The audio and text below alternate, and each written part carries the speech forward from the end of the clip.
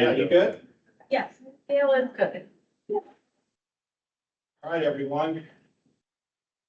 We're in various stages of drowning here in the conference room. For those of you who were able to make it, thank you for your intrepid natures. My name is Rick Fernandez. I'm Chair of the Citizen Advisory Committee of the Transportation Planning Organization. This is the September 4 meeting of the CAC. Our usual practice is to go around the room and ask everyone to introduce themselves and their appointing authority. Don't have a full complement in the room now, but we can get started. So, Stephen, you want to start us off? Yeah, Stephen Hollenkamp, City of Plant City. Jim Davison, appointed by Commissioner Wasco. Joseph? Joseph Citro, by Commissioner Harrison. The three at large. Thank you. And again, my name is Rick Fernandez. I'm Hispanic at large. Now we go to those folks that are here virtually. Caroline Brown. You can hear me. Go ahead and sound off, please. Your name and your appointing authority. Okay, good evening, everyone. My name is Carolyn Brown, and I've been appointed by Commissioner Myers. Hi, Carolyn. Hello, this is Christina evening. Acosta. I'm appointed by City Councilman Guido Maniscalco. Anyone else? This is Dustin Johnson. I'm a citizen at large. I'm sorry, who was that? It's Dustin Johnson. Dustin yeah, hey, Johnson. Hey, The golfer. This is Stephanie. I was almost there. I'm also stuck in my car outside the building. I was very excited to come in person, so next month. Good to meet everybody. Okay, Stephanie, your last name, please? Taylor. Stephanie Taylor. Taylor. Okay. Anyone else virtual? Guess I closed it out on virtual. All right. Gail, would you be kind enough, please, to call the roll? Yes, sir. Rick Fernandez. Here. Stephen Hollenkamp. Present. Dana Lazarus is excused. Jim Davison. Here. Carolyn Brown. And I know she's online. Present, I'm sorry, present. That's okay. Hoyt Prindle is excused. Joseph Citro. Here. Christine Acosta. Present. Matt Sink. He may make it. Aya Yassin is excused. Bill Roberts. Don Skelton. Ed Merzewski is excused. Artie Fryer. I'm watching for people to come in online as well. Linda Eubanks. Michael Carter. Ilya Lashnov. Greg James. Chris Vella. Chris Gonzalez is excused. Dustin Johnson. I'm here. Ivia Adams. Raymond Budd. Stephen Tall Jones.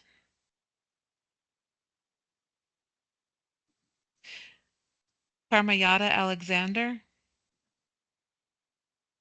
Clifford Rice. Here. You're in the room, sir? Yes. Laura Tucker. Here. Stephanie Taylor. I'm here online. Thank you. And let me do a quick count.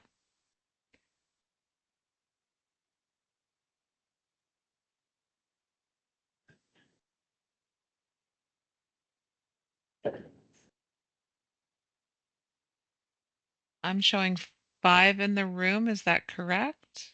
You got it. No, for the people in the room and online, the sound is only coming from the far side of the room. We've reached out to our technology team to see how we can make it louder. We're waiting to hear back. So if you are online, please speak really loudly. until we can get that fixed. Yeah. Okay, and Since there are 5 in the room, we do not have an in-person quorum. Please let me know if anybody else comes in. Will do. Yeah, she needs that. All right, so I'm gonna do the best I can to navigate around the non-quorum required activities. And if we gather another 2, we'll go to the action items. Public comment, first item up to bat. Anybody here in the room has public comment? It really changed. Anybody online, public comment? That would be a no, I gather. All right, takes us to the chair's report. The purpose of this report is to tell you what happened at the TPO board meeting and try to connect that action at the TPO board meeting with what we recommended at the CAC the week prior. At least that's the beginning portion of this report. So, and Sarah was kind enough to prepare most of this for me, so I will be reading her work product. Well, this is, okay, the CAC motion to recommend acceptance of the Access 2050 draft cost feasible technical memorandum failed in this room, receiving 5 yeses and 7 nos. The TPO board voted to accept that plan, contrary to our recommendation. The CAC motion to adopt the transit asset management targets, or the TAM, set by HART, failed in this room with the CAC receiving 5 yeses and 9 nos. The TPO board voted to adopt the TAM targets set by HART. Additional information on this, as requested during the CAC meeting, is in your CAC agenda packet. The CAC motion to strike the term capacity project from the I-275 line item in the tip, table 2, from north of Hillsborough to north of Beers, passed in this room by a vote of 10-1. At the TPO board meeting, there was a motion made by Council Hurtek to strike the capacity language change for I-275 north of Hillsborough to Beers from table 2 of the tip and bring it forward at a publicly noticed meeting on October the 16th. That motion failed by a vote of 7-6. The TPO board heard a presentation on the list of priorities, or the LOP, L-O-P-P, table 2 of the tip. The purpose of this presentation was for the TPO board to provide feedback on a future LOP amendment, including addressing the CAC's June vote. The TPO board made a motion to include the modifications of the LOP to reflect the CAC's recommendation at the November TPO board meeting. That motion passed. In addition to the activity at the TPO board meeting, let me update you on a few happenings relative to our charges here in the transportation realm. The Tampa City Council on August the 22nd of this year passed a resolution by a vote of 6-0. That was unanimous in terms of the individuals who were in the room. There was one individual, Alec Clendenin, absent at the DNC. The resolution was to oppose expansion of I-275 north of Hillsborough. Just yesterday, September the 3rd, Tampa City Council approved a pilot project. I believe the sum was $1.5 million to enable it. To enable a fare-free Route 1 for 1 year. Route 1 being the HART service that runs up Florida Avenue to Fowler, goes out to the university area. So again, that's a pilot project, 1.5 million to enable a fare-free Route 1 for 1 year. That vote was, I believe it was 4-3 in favor of that pilot project. I guess that's it by way of a report. The chair. The minutes would require a quorum. By the way, we have one more individual in the room. Would you Announce yourself and your appointing authority, please. Ivia Adams, at large. Okay, so we have 6 in the room now. We're still not at quorum. I'll leave the minutes aside for the moment. Action items, we can't get to either, at least not for action requiring anything binding by way of a recommendation. That takes us to unfinished business. We could certainly move into that. Like we could do presentations and get your comments, but couldn't take action, but we Yeah. are unfinished business. Well, we've done action items in the past without quorum and essentially took a straw poll and gave the TPO board the results of our vote, though it wasn't a quote unquote binding recommendation. So if it comes to that, we'll at least let the TPO board and those of us who were in the room have an opinion.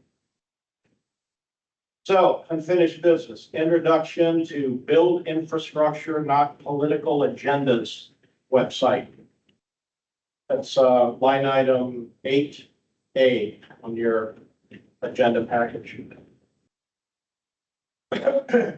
Sarah, I think you've got the talking stick just to get us started. Sure, this was requested at the last CAB meeting as a member interest item, so we are bringing it to you today.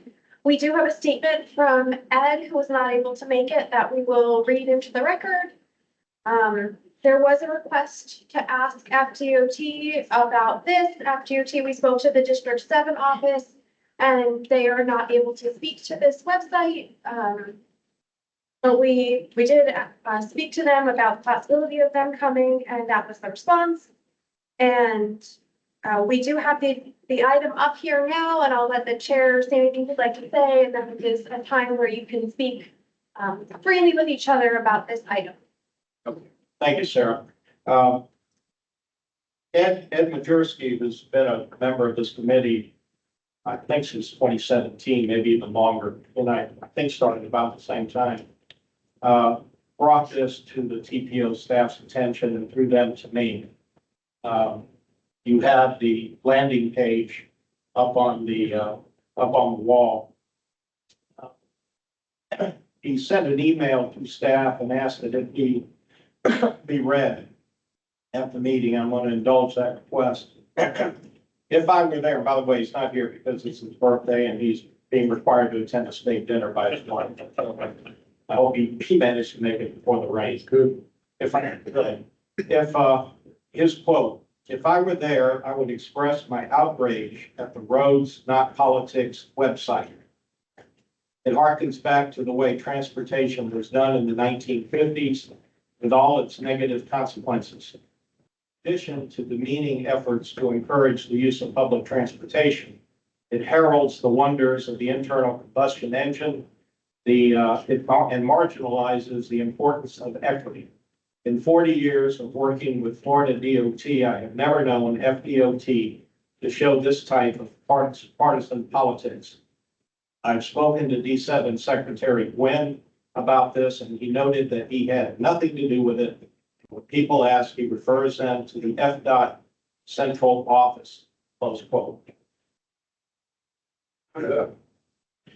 It was put up through Ron DeSantis's office and has been delegated to the Florida Department of Transportation, in particular Secretary Perdue, to administer it.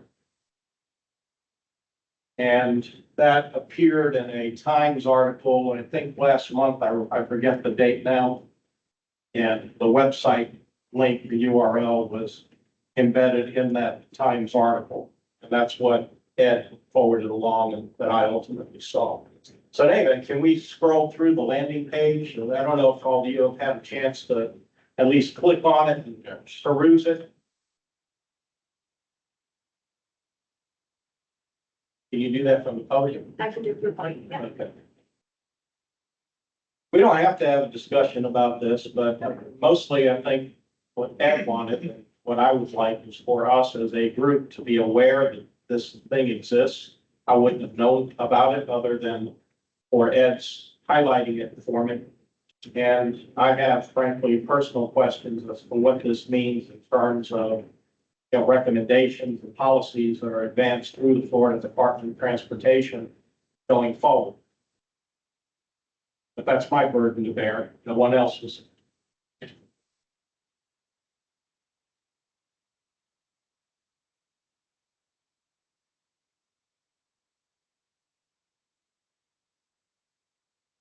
What are those, breakout, just? Okay. It's greenhouse gas lighting, equity versus equity, weaponized bureaucracy. Each of those links is hot and goes into a totally different Yes. parlor or discussions on each of those topics. I don't know if anybody has any comments on it. So this is a quasi Florida government website. Well, it's something that was put up by the governor's office, so I guess that definition would likely apply, yes. There aren't any tax dollars involved. Well, you would think, That's an important question. the Florida Department of Transportation is charged to administer it, so whatever amount of time and effort they put into that, I don't know what that would be. Are there any names on the website? Names. Yeah, it's like, people are writing these things, are anybody brave enough to take credit for it? Well, to the extent that I perused it, there are scattered throughout some quotes from Secretary Perdue. He seems to be the star of the show as far as that goes, and it does fall under his purview, so I guess it makes sense. Beyond that, now attribution, I couldn't say other than, the governor and his rollout, and so through the comments that are made in the copy on the website is incorporating a position that most anything that comes to us from the federal government needs to be viewed with a jaundiced eye, I suppose, for lack of a better term.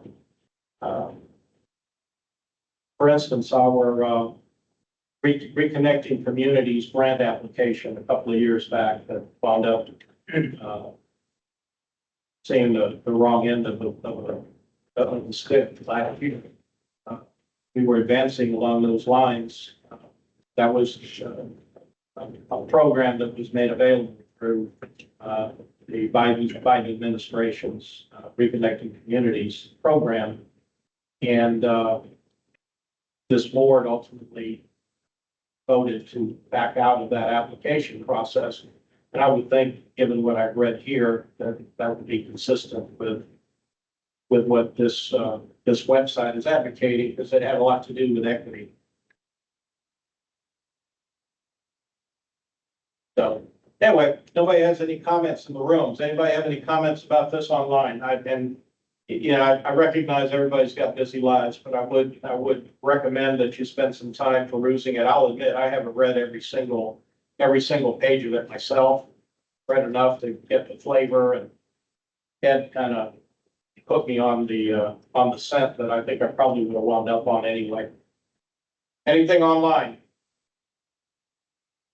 Yes, Mr. Chair, this is Christine Acosta. Can you hear me? Yeah, yes. Would you please reread Mr. Mazuski's remarks? They were read before I had a chance to really embrace what I'm looking at, so I'd appreciate knowing Ed's take. And also, I'd like to ask anyone who has done a deeper dive than I have, what do you think the intent of this website is? Well, I'll read Ed's comment again at your request. Quote, if I were there, I would express my outrage at the Roads Not Politics website. It harkens back to the way transportation was done in the 1950s with all its negative consequences. In addition to demeaning efforts to encourage the use of public transportation, it heralds the wonders of the internal combustion engine and marginalizes the importance of equity. In 40 years of working with Florida DOT, I have never known FDOT to show this type of partisan politics. I have spoken with D7 Secretary Gwynn about this, and he noted that he had nothing to do with it. And when people ask, he refers them to the FDOT central office. Close quote. As far as the intent of it, I'm not Karnak, the magician, or whatever Johnny Carson's character was. I'll leave it to you to read through and conclude what the intent was, Christine. Thank you. Stephen? Yeah, we have a representative at Doc here. Brian, I don't know if you have any comments on anything you've heard about this, but okay. Thanks. Brad, are you familiar with the site? Have you ever looked at it? I'm not involved with, I have not been involved in any conversations around this one, so I have commented at this time. Okay. Any other questions from the online community?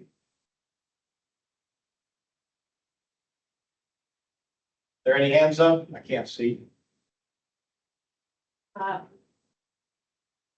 Christine, is that your hand still up?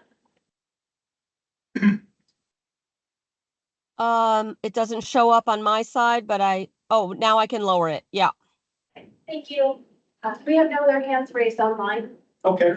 No one else has any other comments or questions? I'm not sure who could answer the questions for you, but any other comments? We'll close that agenda item and move on to staff updates. Sarah, if you're ready for it. That is me. Exercise today.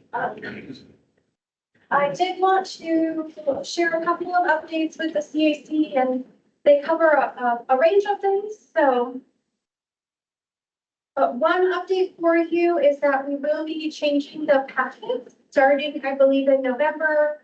You're already starting to see some of that where we're putting the presentations as a link, like on the cover of your CAC agenda. There's something that speaks to click here to see the backup materials, and then they'll be posted on the CAC actual event page on the website. So you'll see more of that happen with your packet where it's going to a central location rather than in the packet itself. A reminder about the sunshine law. CAC members cannot speak with other CAC members about items that will be coming before the CAC for a vote, and this includes social media. If you have any questions about that, I'm always available and can get you resources. A reminder about meeting order and kind of following the structure of the meeting unless there's something brought to the chair about making a change to the meeting order. This is an interesting one that I want to call your attention to in advance. The CAC meeting is scheduled in November for the same day as the TPO board. This happened because of a change that had to occur when the calendar was being set with the TPO board meeting. However, it does put us in an interesting position with the CAC because your meeting is at night and their meeting is during the day. Staff is suggesting we consider moving the CAC meeting to the evening of Monday, November 4th. As of right now, there is an action item scheduled in November related to the list of priority projects. And this way you would have a chance to weigh in before the TPO board takes action. I'm open to feedback from the CAC on another suggestion, but that's the one that I came up with. And then finally, after the meeting, you will be getting a poll. I've recognized and our team has recognized that our meetings have been going longer than 2 hours. But we also have a long list of member request items.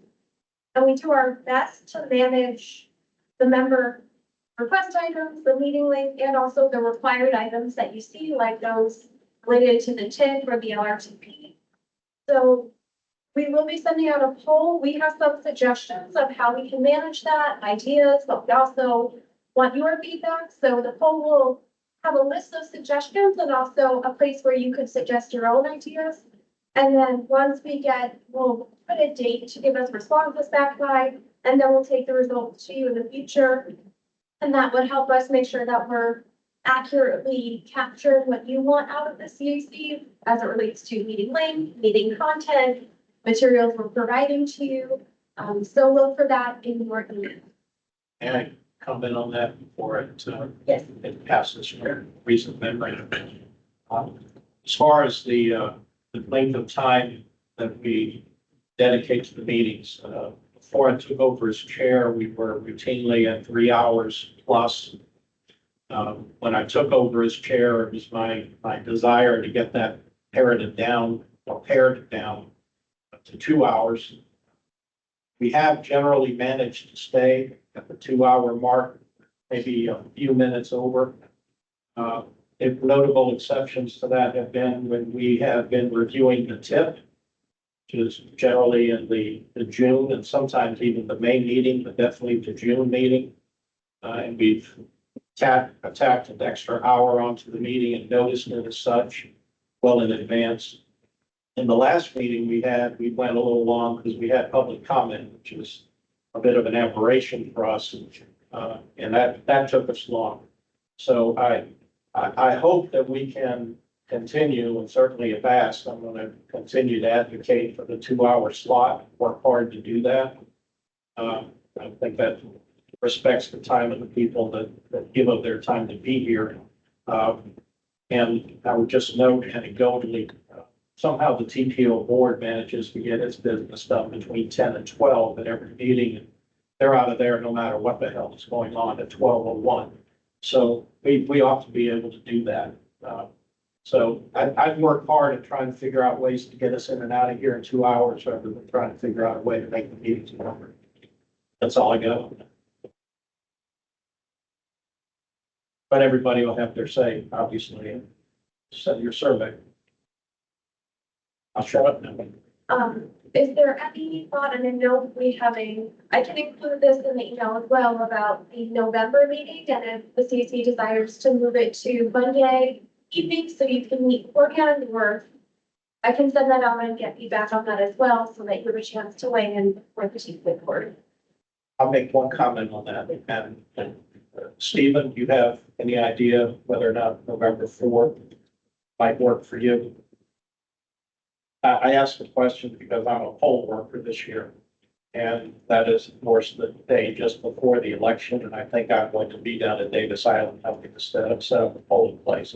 So November I may not be able to be here. The 6th is the Wednesday, I believe, and the 6th is the day the TPO board meets. So they would meet at 10 o'clock in the morning, and then you would meet at 6 in the evening, which means that you would be So not able to we're wait. saying we move it to the Monday. We would move it to the Monday. And if I don't have to be anywhere to set up a poll, then I'll be here. And if I am, if I have to do that, I can't be two places at once, but And if a CAC member has another suggestion, I'm open to ideas, and we would confirm the date with you as soon as we can, but Do the Friday before. the Friday before.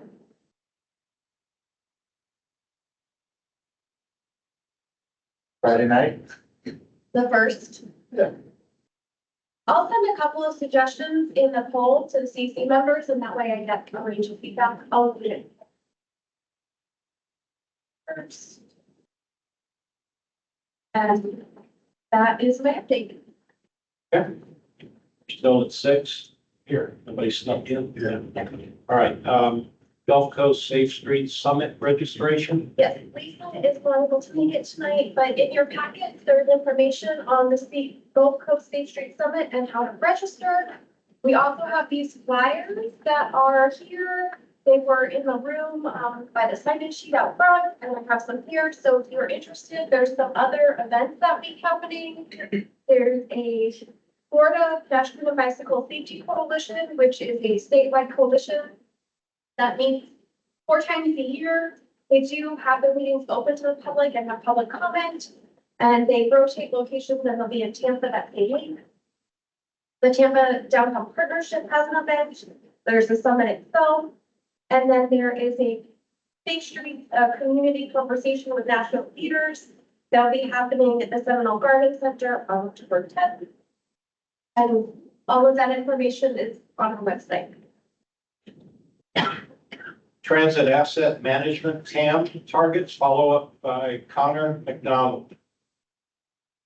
That is, Connor is not online, but he provided information that's in your packet as per your request at the last meeting. Is there anything needs to be highlighted? I think it's responding to hopefully the inquiries that you had, and if you have questions, please let me or please let me know, and I'll share those with Connor so we can work to address them. As a reminder, the CAC did not accept that report from Connor at our meeting. The TPO board did. So this is an effort to back and fill on the inquiries that we made. Next CAC meeting, October 2, I guess we really have to belabor that.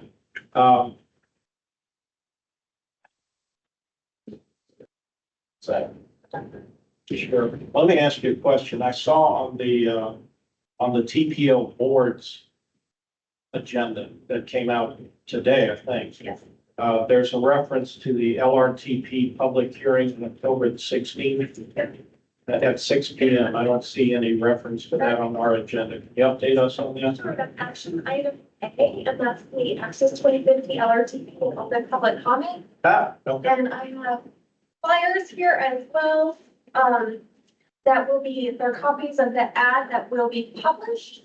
But it has information on that, and that's what your action item A is, the presentation that the board will be receiving, and they'll be asked to open the public comment period next week. I get copies of it. This is for you guys, yeah.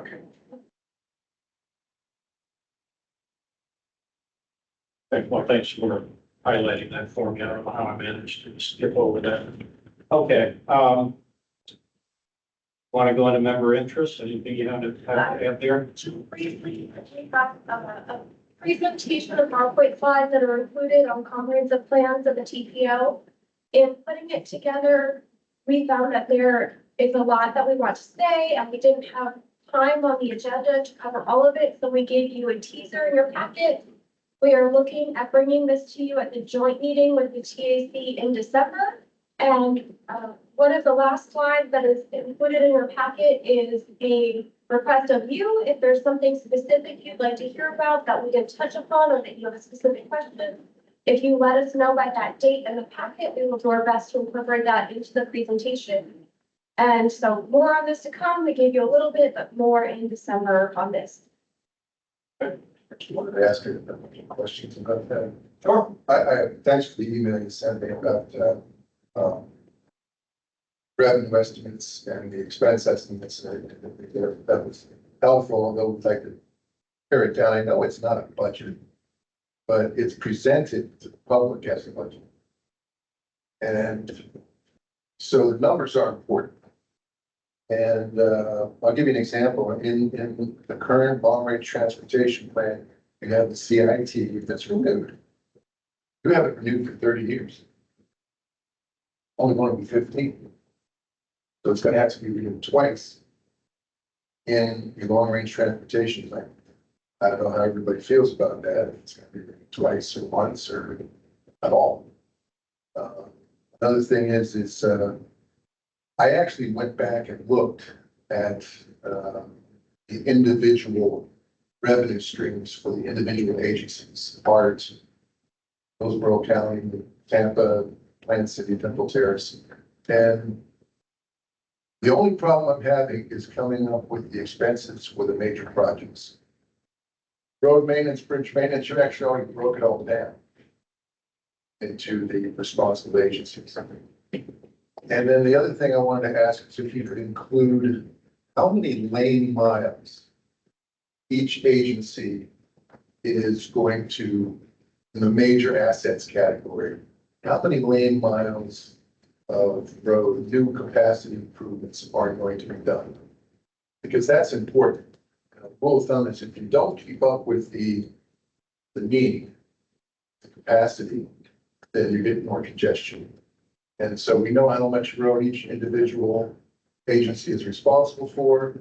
We know how much, or we should know how much each individual agency is going to build.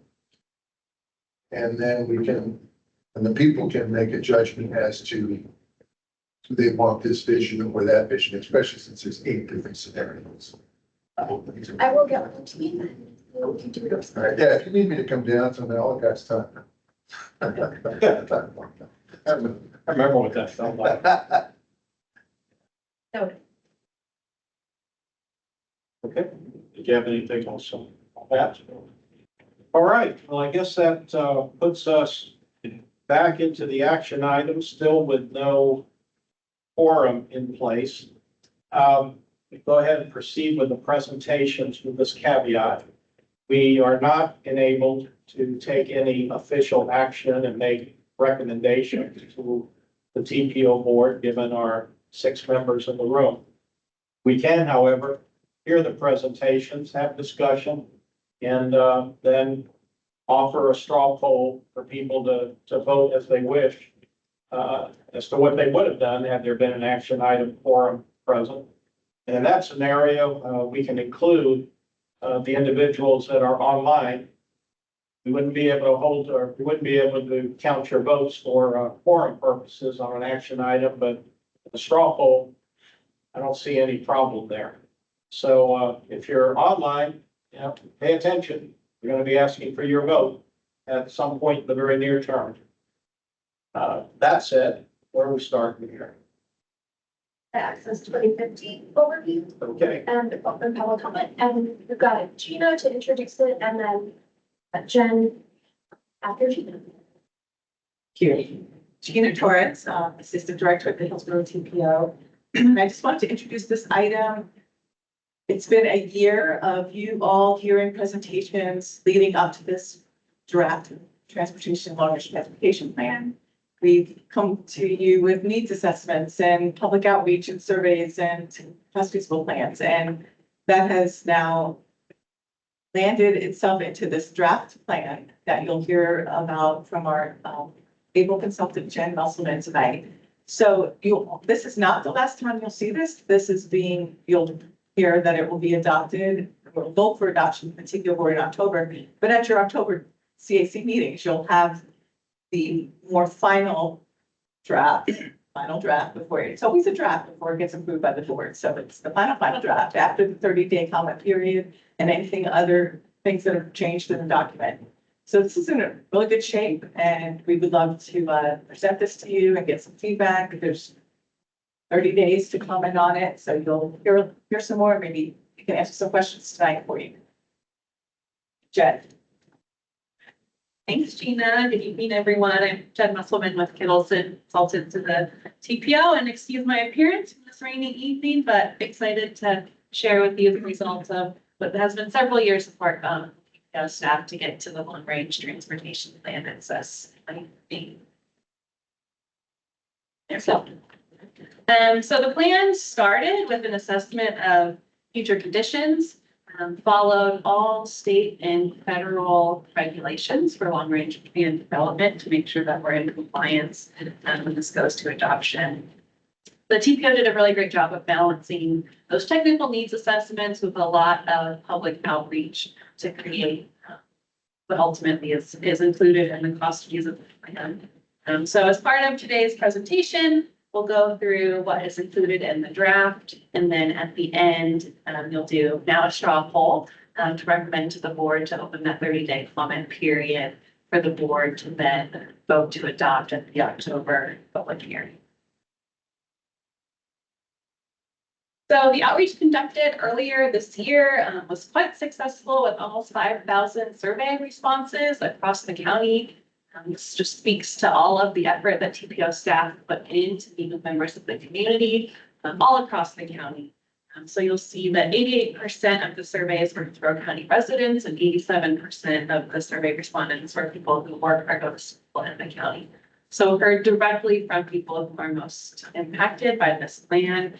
Some other exciting statistics, over 40,000 visits to the Access 2050 website.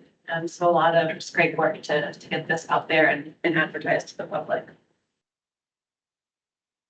As I mentioned, TPO staff were quite busy going to events all across the county. So they visited 45 different community events, gave 11 presentations, and did 5 different bus ride-alongs to interact directly with transit riders at transfer stations and then directly on the bus. So you can see with the stars, the spread of events throughout the county, and then the colors are the number of responses based on the zip code, with the orange color being the highest number of responses and the green indicating fewer responses in those areas.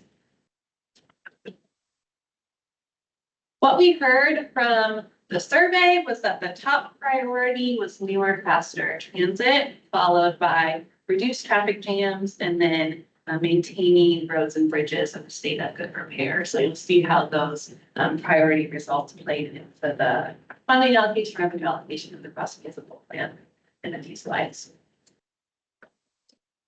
Some of these slides should look familiar as you saw an overview of the cost feasible plan just a month ago, but several things went into creating the cost feasible plan, starting with those growth forecasts.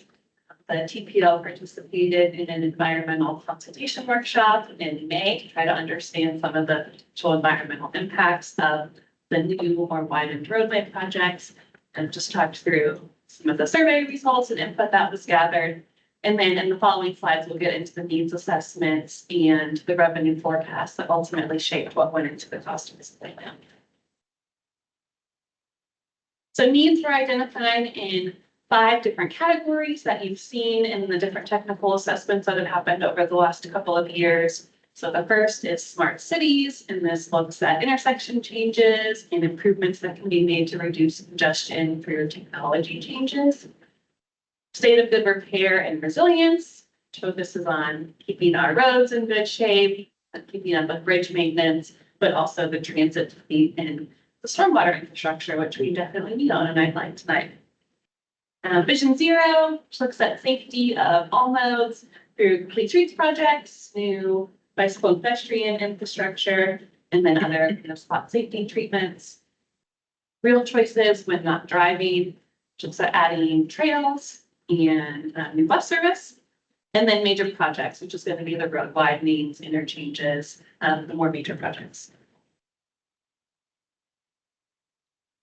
Working with FDOT, the TPO was able to estimate revenues over the 20-year LRTP period, incorporating feedback from committees and board and public survey. The revenues include all existing revenue sources and then renewal of 3 of the 4 current taxes, with the second level option fuel tax not being renewed, as we think that all 4 taxes would be able to be renewed during the LRTP period. So a little bit of a conservative approach, but the revenues there, but estimating almost $18 billion coming to the TPO area for that 20-year period.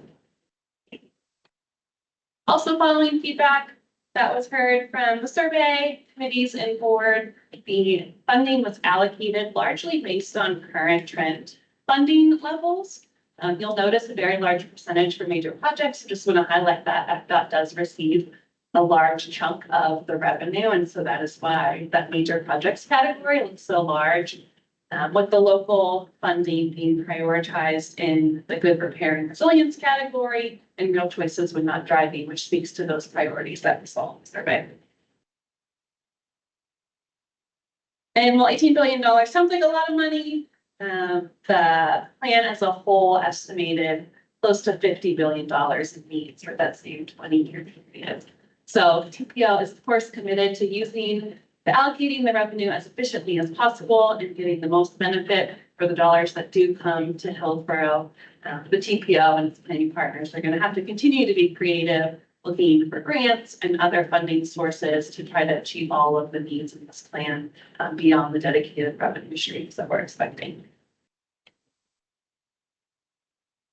And now I'll step through what we are able to achieve with Access 2050 and the planned revenues. I won't go into super detail on all of these slides as you did just see them in August, but I'll point out some of the changes that have been made since then. So starting with the major projects, the first category is the strategic intermodal system projects. These are coming from FDOT and are going to include managed lanes on the interstates, some interchange modifications, and then a couple of widenings on State Road 60 and then on Gandy.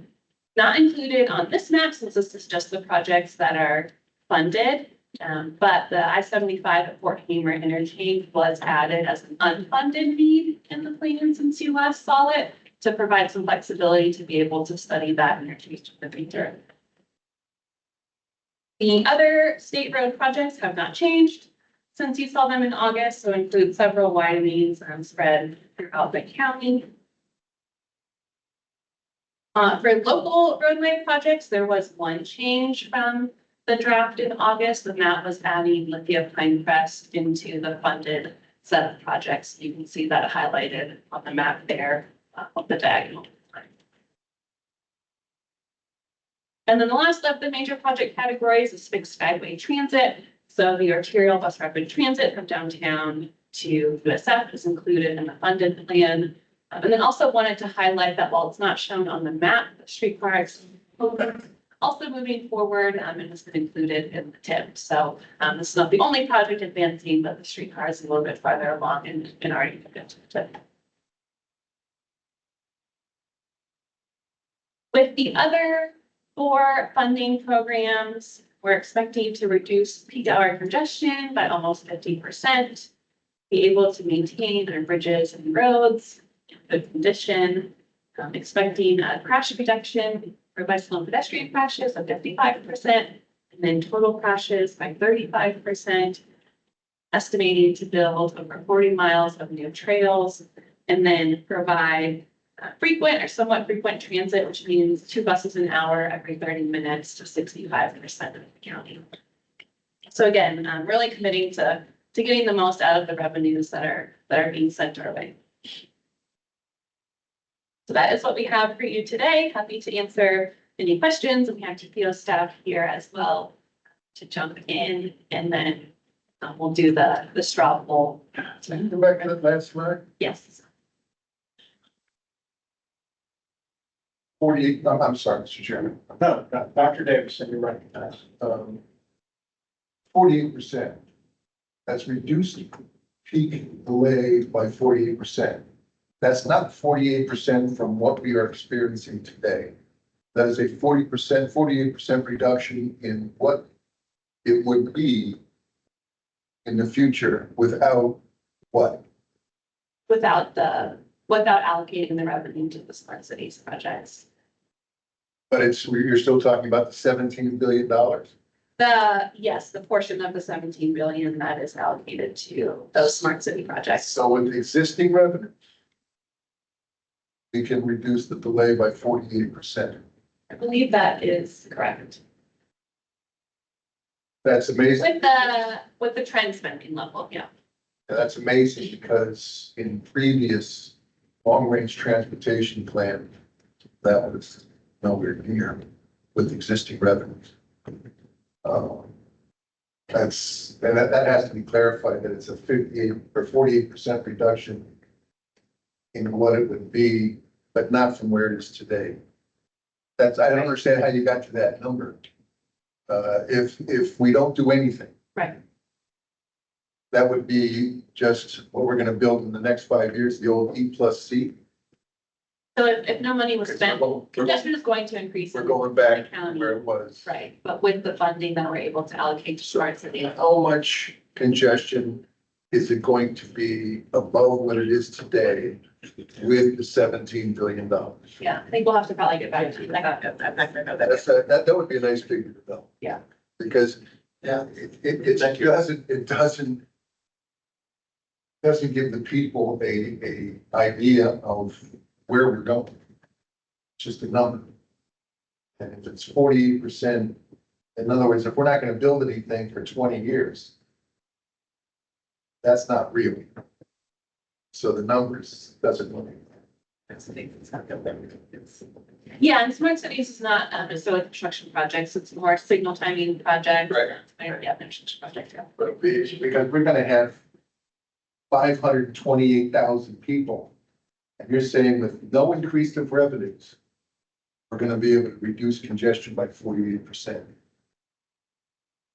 Yeah, compared to not spending. But it's not from where it was today, it's where it's going to be in the Right. future. That's the number that's important. That makes sense. Another question I had was, the 18 billion, versus the 47 billion. That's a much larger number than it was even between existing revenue and, which is what the 18 billion is. And, sales tax revenue. There's only a $10 billion difference between those two. Now we have almost a $30 billion difference You mean in the 2045 plan? in the 2045 plan. And would you like to see an explanation how it went from 10 billion to 30 billion? Yeah, I mean, at a quick high level, so revenues have the revenue forecasts have gone down, and especially without the sales tax. That would be an interesting number. And then- So that we. Costs have just gone up tremendously since the last plan was. Well, that's the other question is if the costs are going up that fast. The revenues, even if we apply new revenues, The revenues are not keeping pace. and even if we have new taxes, they're not gonna keep pace because they're not gonna go that fast. So we're always gonna be behind, no matter what we do. And that's why the other number about 40% congestion, because people have to know what's coming. And the last question I had was. Yeah, the 18 billion included a CIT renewal for 30 years. Yeah. So. Maybe you guys. We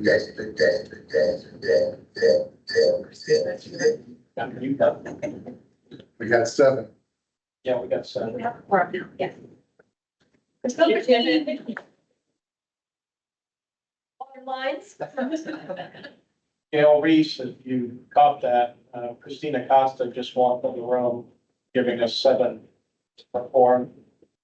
Yes, sir. Thank you. I'm sorry, Dr. Davidson. No, I have 1,000 questions, but I can deal with those later. Anybody else on the left side of the room here? Stephen Holloway. Thank you, Jen. That was great. I have a similar question about the Vision Zero numbers, the 55% reduction in bike pay crashes. Is that sort of assuming a big increase and then this would bring it back to where they are? How does that number compare to where we are today? Yeah, I'll probably have to pull it similar to the congestion numbers to get more of the raw numbers, of what the difference is. Okay. Thanks. Other questions over here, left side of the room? Right side of the room, Cliff Reese. I'm looking at the major projects and 2.5 years since I was last here on the CAC, speaking specifically about the I-75 Gibsonton interchange, which is antiquated because it requires exiting traffic trying to go north on 75 from eastbound Gibsonton to cross a very active roadway. I see that that project has been pushed back by several years from where it was last time I was in the room. Just curious as to how that decision gets made and if there's something that can be done to at least provide some signalization at that intersection to avoid potential problems.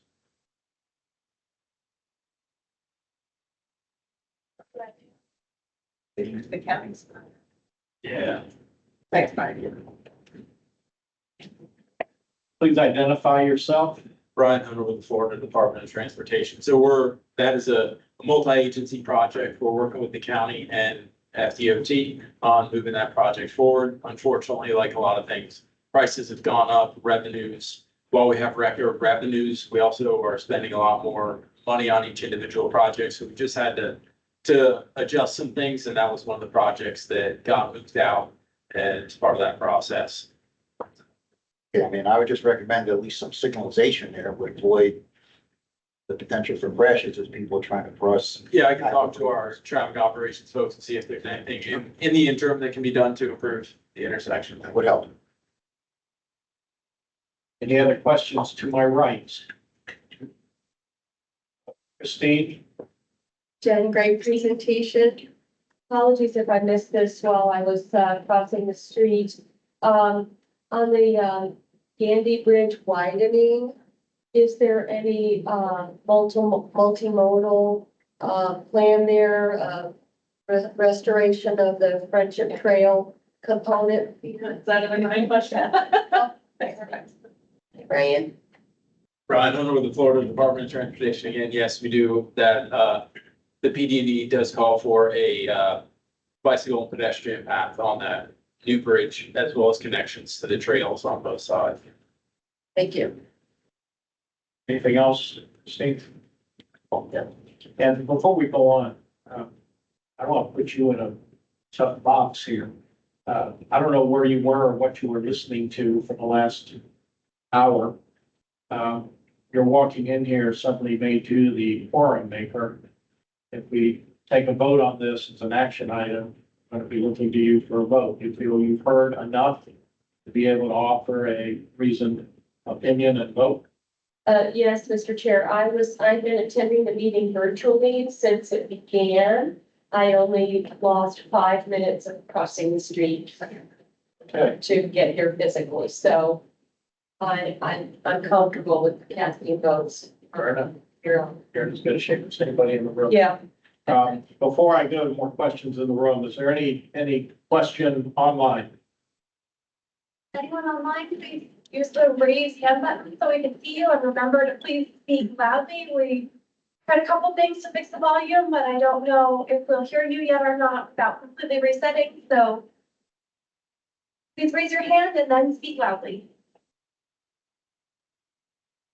I see no hands raised online. Okay, we'll take another round in the room then. Dr. Davison?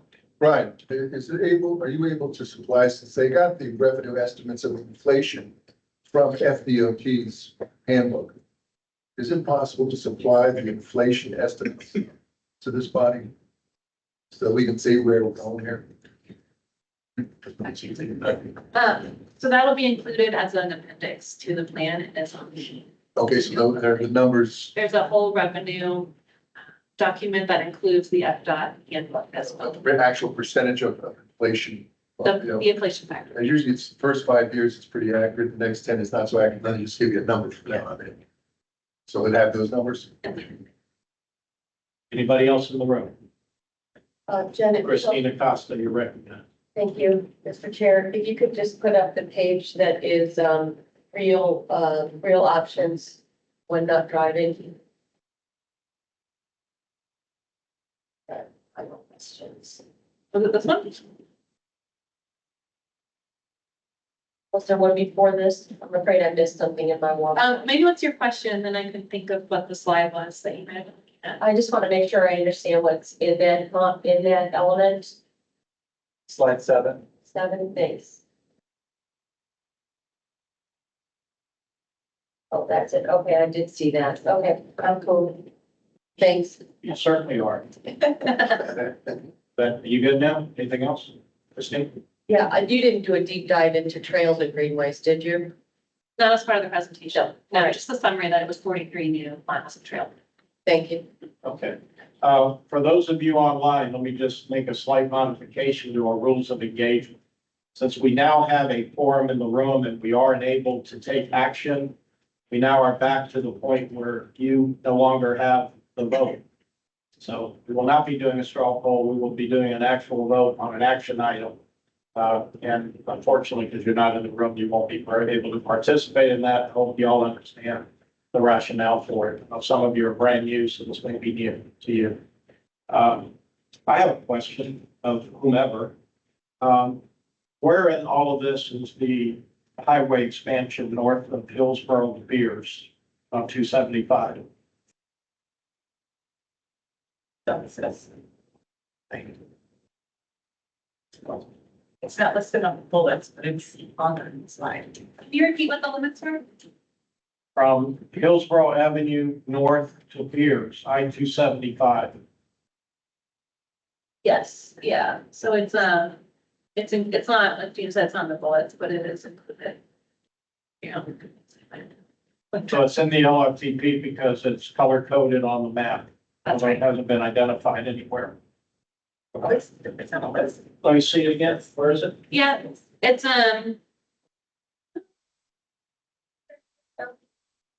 so you can see here. Set of projects. So yeah, the list on the side is not comprehensive, but in the draft plan itself, it does list every individual project. Okay. Any other questions? Jim Davis? To refer to your question, so the expansion is in the long range transportation plan, but it was my understanding it wasn't funded. Only the intersection improvements were funded. Is that right, Brett? I believe the managed lane is funded. Give me a minute or two. Yeah, it's the expansion from Hillsborough Avenue to Bears. There's intersection improvements. It's my understanding that the intersection improvements were funded, but the expansion was not. Still needs carrying. I don't even know if that's the case. Might have been. Clearly, the expansion wasn't. Because they do that all the time, but they'll use the expansion as part of their modeling, as long as it's in the long-range transportation plan. And to the presenter, let me make sure that we didn't introduce some kind of red herring into the record, just that you made a comment about managed lanes. And to my knowledge, unless something else got slipped under the door here, there are no managed lanes on Interstate 275 north of the interchange. Right. Out to Beers. Yes, sorry, those are the east-west, right, yeah. Right. So 275 managed lanes are east-west, not north-south. Okay, so Yes. nobody is suggesting that the LRTP has managed lanes going directly through the heart of Ybor City, Tampa Heights, and Seminole Heights. Thank you for correcting the record. Actually. Of my life. Okay. Any other questions? No? Any questions online? Mr. Hunter? Once again, Brian Hunter, Florida Department of Transportation, addressing Mr. Davidson's question. Yes, the widening is part of the cost feasible plan, and the improvements at the intersection are on there as well. Well, are any of them funded? We do have them all as cost feasible, so they are, let's see if I can, looking at these documents on a phone is a little challenging. If I could, and maybe this will help, Brian, Sarah Caper, TPO staff, and the CAC liaison. If you have access to the draft report that was linked to in your agenda packet, it's on page 104 of the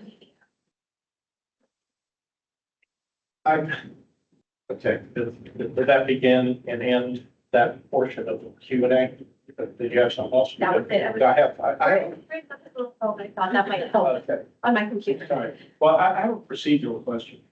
'Cause maybe I'm making the wrong connection here between a TIP public hearing and an LRTP public hearing. When we come to a LRTP public hearing, are we in a, this is to anybody in the room who might be able to answer the question, or anybody that's listening for that matter. Are we in a position as citizens coming up for public comment to offer recommendations to strike things from the LRTP? Yeah. So if we don't like something that's in the LRTP, for instance, the expansion of Interstate 275 north of Hillsborough to Beers, although it's not on a bullet point, it's simply a color on a map. We can go to the LRTP public hearing and ask the TPO board to strike that particular element from the LRTP once and for all. Yeah? Correct. Yeah. Okay. So we have another shot at that apple at the LRTP procedural level. Yes, you have the 30-day comment period to make comments, and then you can also come to the public hearing and make comments directly there. Okay. And the LRTP public hearing in October? Yes, Wednesday, and that Sarah has several commenting options that you can use over the next 30 days. And the only time that we, other than the public comments that we can offer throughout the process, the only time that we can make a request of the TPO board seeking action from them is at that public hearing. So there won't be any other opportunities to modify the LRTP before then? The Torres, TPO staff. The same presentation you're getting tonight is also going to the TPO board next week. So that's the September option. You can speak then, if you can speak to them about it then, you can speak to them about it also in October if it doesn't change from what you requested. If it happens, you still see your project in October, you can speak about that again, as well as great comments. But if you want to speak to the board, you have September and October. Okay. All right, cool. Thanks.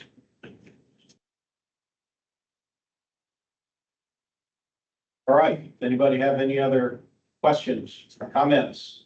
Go to the order. We go back to the ask slide, please. Recommended action. All right, we have recommended action to forward the draft Access 2050 LRTP to the TPO board to accept and open a 30-day comment period.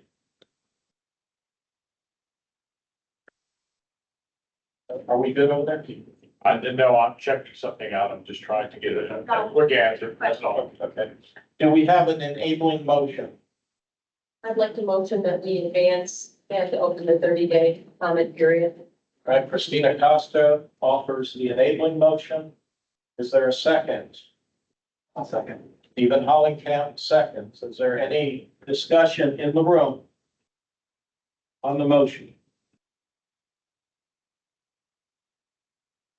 See no hands in the room, and in abundance of courtesy, I'll ask, is there anybody online that has anything to say? You don't have a vote, but you still have a voice. Hands? See anything? Okay. Gail, would you be kind enough to call the roll? Voice vote? Yes, sir. Rick Fernandez, No? Stephen Hollenkamp, Yes. Jim Davison, No. Joseph Citro. Yes.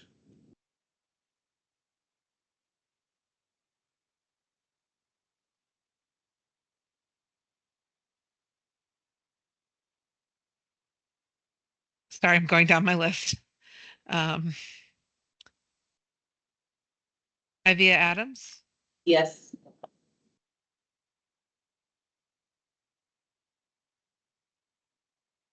Clifford Rice, Yes. who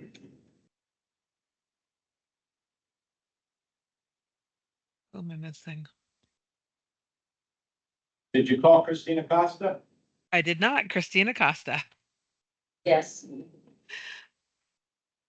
Thank you. The vote passes 5-2.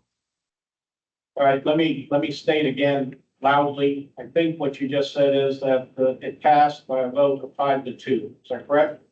Yes, sir, it did. I do apologize. I've kind of lost my voice a little bit. No, that's fine. We're challenged. There's also a vacuum cleaner going on just outside the door, which doesn't help. Okay, well, thank you. The next action item is the 2024 roll forward tip amendment. Elizabeth Watkins. Yes. Good evening. Can you share your screen or would you like us to share it in the room? I'm sharing it right now. Is it showing?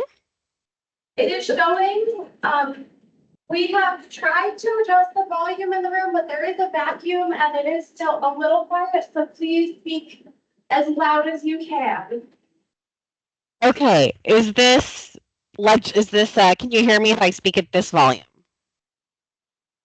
Can you possibly add the microphone to The microphones don't work in the room, they work for the people online. Okay. And we tried looking at how to change the sound, but we have not been very successful yet. Okay. So it is coming out of here. And that's why, so if anyone wants to maybe move closer, you might hear it better as well. Okay, Elizabeth, if the chair is okay. Yeah, just project like your life depends on it.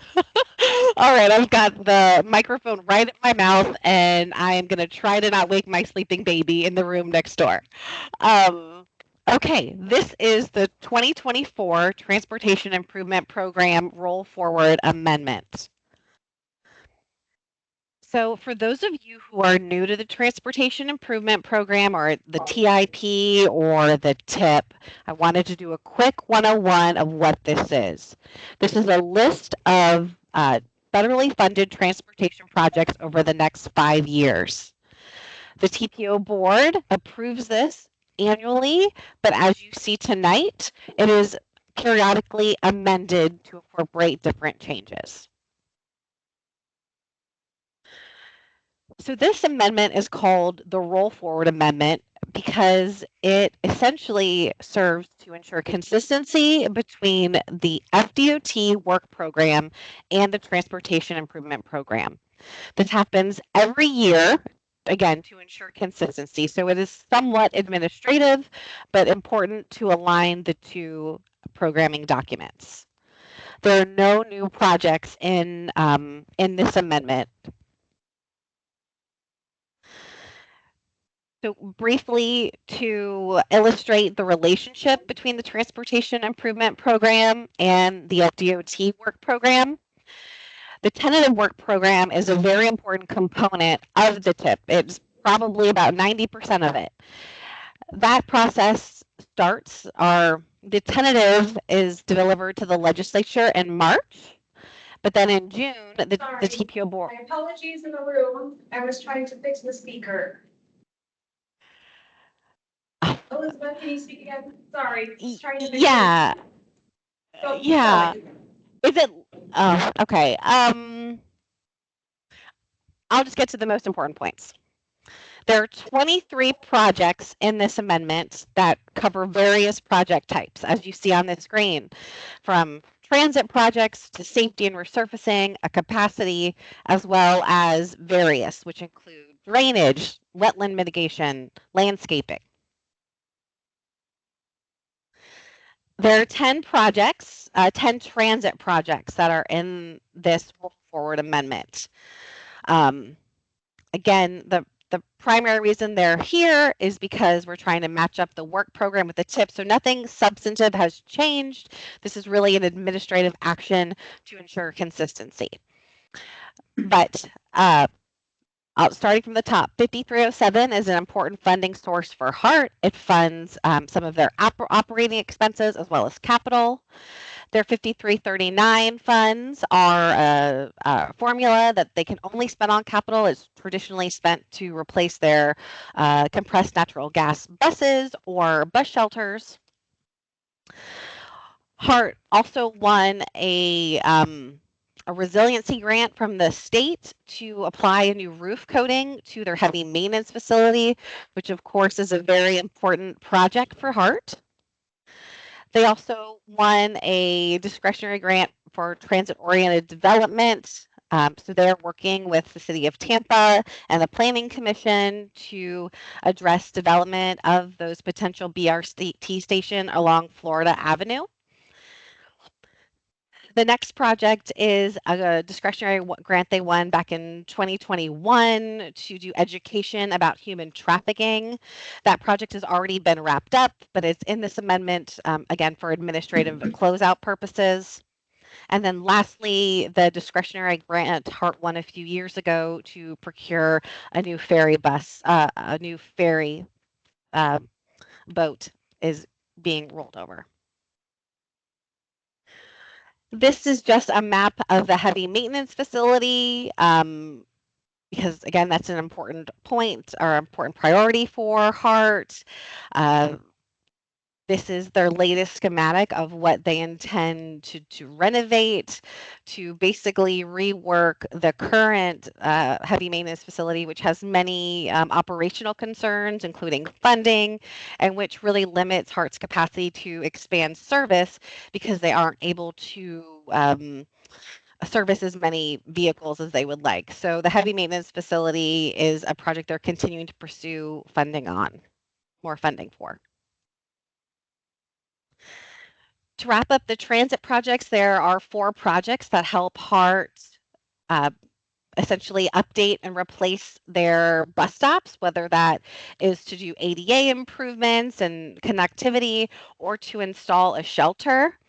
HART has what they call the Basic Transit Infrastructure Program, where they conduct a survey of all HART bus stops over every 2 years to assess and address any deficiencies. I believe there are just shy of 3,000 bus stops that HART maintains and operates. Here are a few images of some recent bus stop projects improvements. You can see at Rome and Hillsborough, they put in a new ADA ramp and some curb and then a new bench.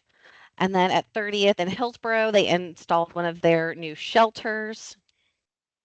So that's where this funding goes towards, making these types of improvements.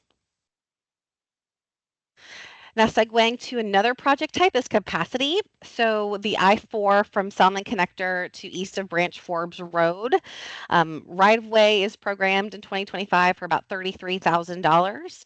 And ultimately that project envisions adding 2 express lanes in each direction. So adding 4 lanes total to that segment of I-4. This is part of the overall view of Tampa Bay Next. This is this specific component, again, going from downtown out towards the eastern portion of the county. This is a typical section of that Envision project. With 3 travel lanes, with 10 travel lanes and then 2 managed lanes in each direction. The type of managed lane has not been determined, and as FDOT has stated in the past, once that decision is made, they will conduct additional public outreach. There are also 2 resurfacing projects that are included in this amendment, one from Kennedy, and then also one on Washington Street to bring those, to improve those pavements. There is a rail safety crossing project at Wiggins Road in South, Riggins Road South, which rail crossing, so that's near Plant City. The technology that's intended to be delivered is this example of this signal gate. So the current technology is outdated, but this new crossing gate will now be LED and more visible and bring it up to standards. There is also a signalization project at 22nd Avenue and Selman Expressway intersection. This project has actually already been installed. The signal is not active, but it's there, but it's included in this amendment, again, as an administrative purpose to wrap up project closeout. And then lastly, there are a number of other projects that include drainage improvements, wetland mitigation. It also includes projects that are funded through FDOT for the airport and the port.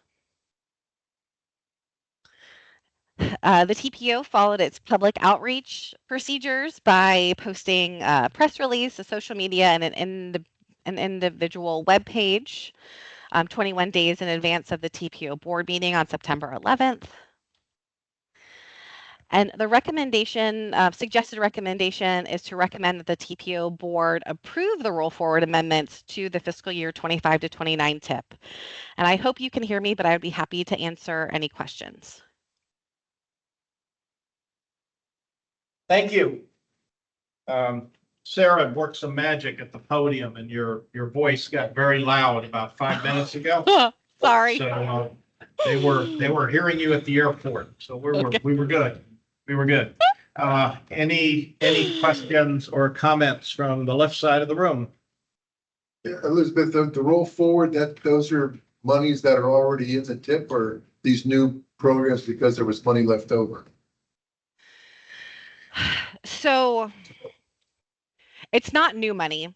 It is money that is captured in FDOT's work program that is now being caught up in the TIP. So now that you can hear me, I'll walk through this graphic a little bit. The work program was adopted in July, but that was after the TPO adopted the TIP in June. So the purpose of this roll forward amendment is to update that TIP adopted in June with what is described and approved by the legislature in the work program. Gotcha. Joe, do you have anything? No, sir, Mr. Chair, thank you. Stephen Hellingham. Yeah, thank you, Elizabeth. Just a quick question on this I-4 Selman connector to Branch Forbes. What's the 33,300 for? So that is funding programmed in right-of-way for right-of-way. And I know Brian Hunter's in the room if you have specific questions, but that's what that money is allocated towards. Yeah, sure. I'd love to hear it. Brian Hunter with the Florida Department of Transportation. So that money was allocated because there was an opportunity for us to do an advance acquisition. There was a willing seller of a piece of property that we're eventually going to need, and that opportunity fell through. So we need to roll it forward so that we can then drop those funds and move into another project. Okay, great, thank you. Mr. Cedro. I am sorry, Mr. Chair. Yes, I do. The 22nd Street and the, Summit. That light has been there for months now. Is this money that's already spent? Are we just waiting to flip the switch for that light to be, to become available? Brian Hunter with the Florida Department of Transportation. So that one is an interesting case. We had already programmed that project. We were installing it, and then we got a state legislative appropriation for that project. So what we're doing is we're just doing an accounting thing to make it line up with the appropriation that we received for that project. So does some of this, excuse me, does some of this money going to go back into projects, or because you've got an appropriation, I still see this amount of money up here that's already been spent on it? Yeah, so we spent some money through one of our push button contracts on that project, and then we got the appropriation. So we'll be able to do accounting to free up some funds to, the funds that we received through that legislative appropriation have to go to that project. So we're tying those funds to that project, and the funds that we had previously tied to it Or is it going to be freed up? to another project. Okay, when is that switch going to go on? That signal is actually in testing right now, in testing mode, so it should be within, the next 45 days. I hope it comes online soon. You don't have any accidents I almost see happen there. Yes. Thank you, Mr. Chair. Yes, sir. Ivia, is that right? Ivia? Yes. Okay. Can I ask you a question about the total cost of that? So how much did the light actually cost versus what you actually projected here?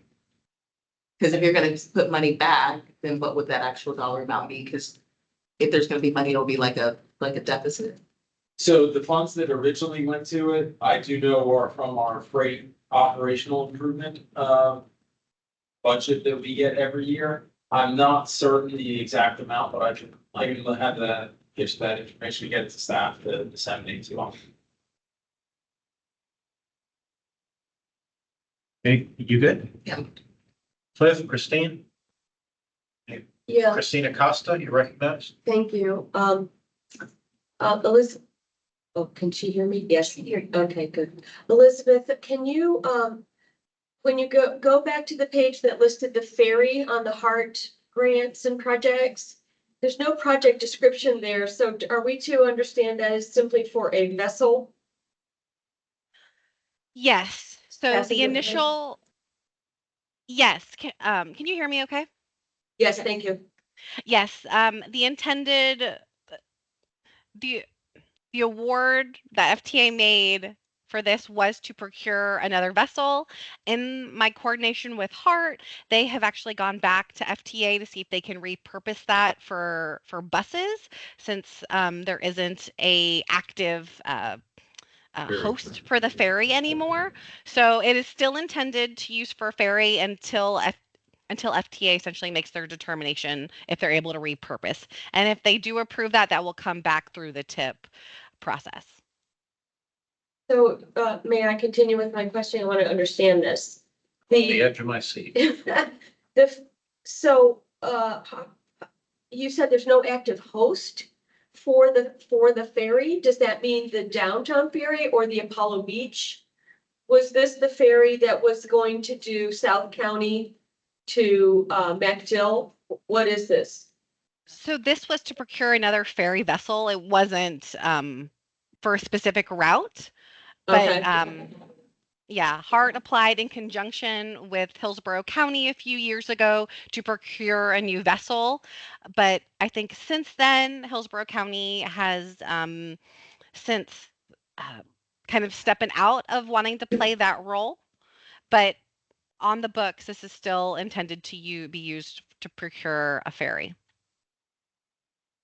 But the HART hopes to have it reallocated so they can use it for other transit. Okay. Yes. That's hugely disappointing, but it is what it is.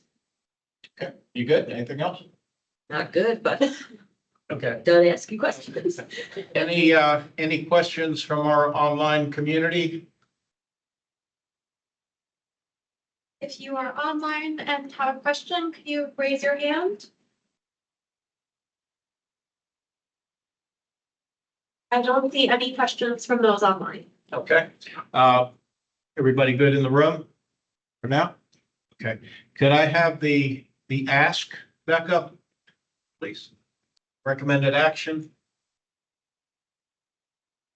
To recommend the TPO board approve the roll forward amendments to the FY 25-29 tip. Is there an enabling motion? So moved. Stephen Hollenkamp moves, Dr. Davison seconds. Is there any discussion on the motion? I see none in the room. Is there any discussion on the motion online? Okay, that being the case, Gail, would you be kind enough to call the roll? Rick Fernandez, Yes? Stephen Hollenkamp, Yes. Jim Davison, Yes. Joseph Citro, Yes. Christina Costa, Yes. Ivia Adams, Yes. Clifford Reese. Yes. Motion passes 7-0. Okay, thank you, Gail. Thank you, all of you in the room. Appreciate that. Before we move to the last action item, I have to take care of this before I forget. The minutes for our last meeting, August 7, 2024, we required a quorum in order to approve the minutes as an action item. Do I have a motion to approve the August 7, 2024 minutes? So moved. Dr. Davison makes the motion. Is there a second? Chair, I had a question about the minutes. Okie dokie. Uh, What's up? the minutes included that I posed the question of like, how can a special request be made if needed?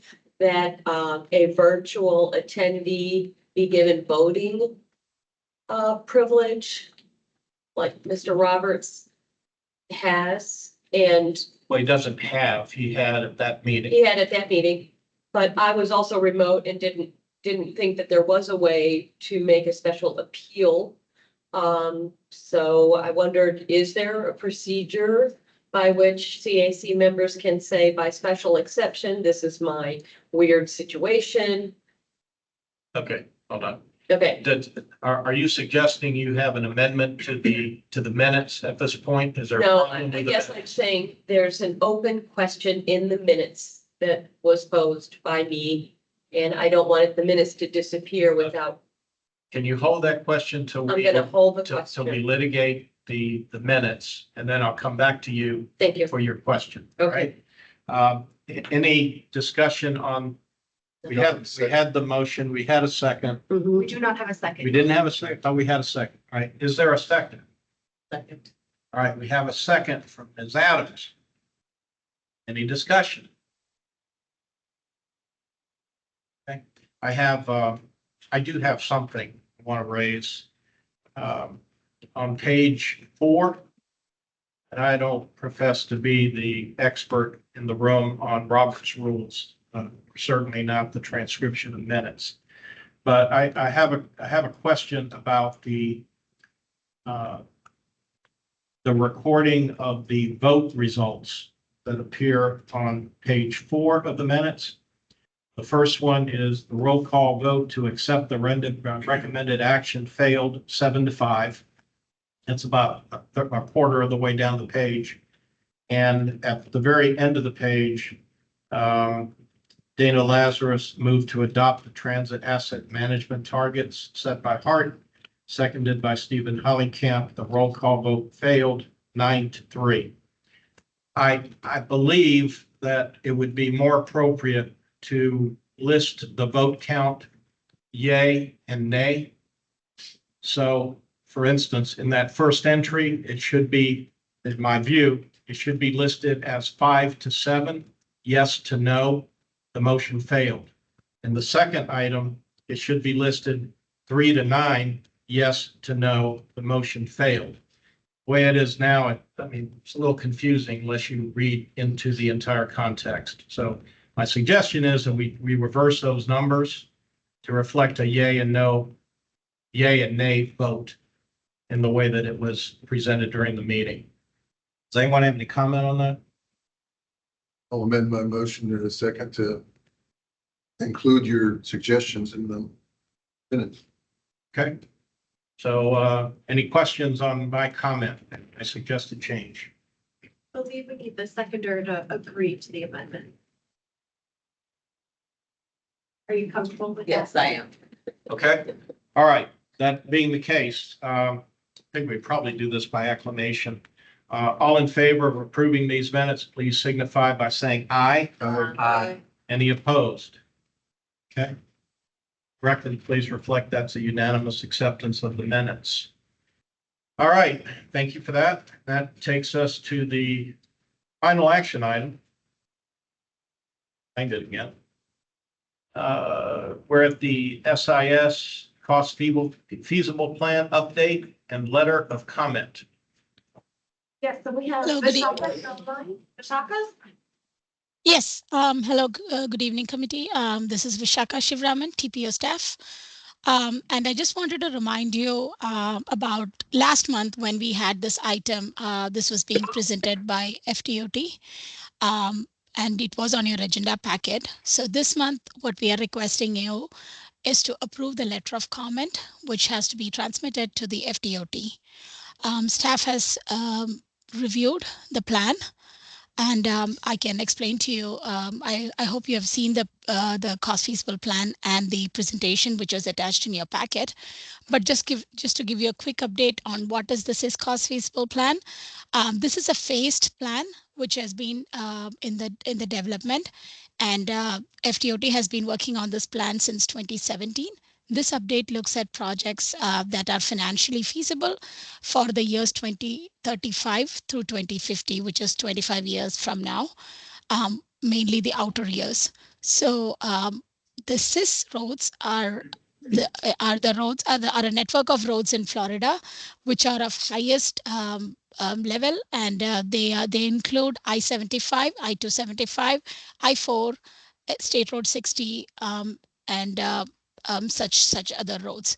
So it was there in the previous presentation, but at this point, I would just like to highlight some of the projects that were in the SIS cost feasible plan, which the TPO staff have reviewed for consistency with the TIP and the LRTP. I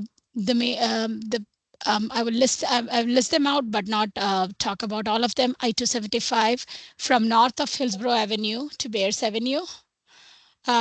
Staff recommends that this FDOT considers the bus rapid transit and coordinate this project with HART. It is currently on our priority list, but there is no design and construction funding for this project. Another project is I-275 from north of Howard Avenue to Hillsborough River. Some interchange modifications at Bears Avenue, Bush Boulevard, Fowler, and Fletcher, which you saw in the presentation earlier today.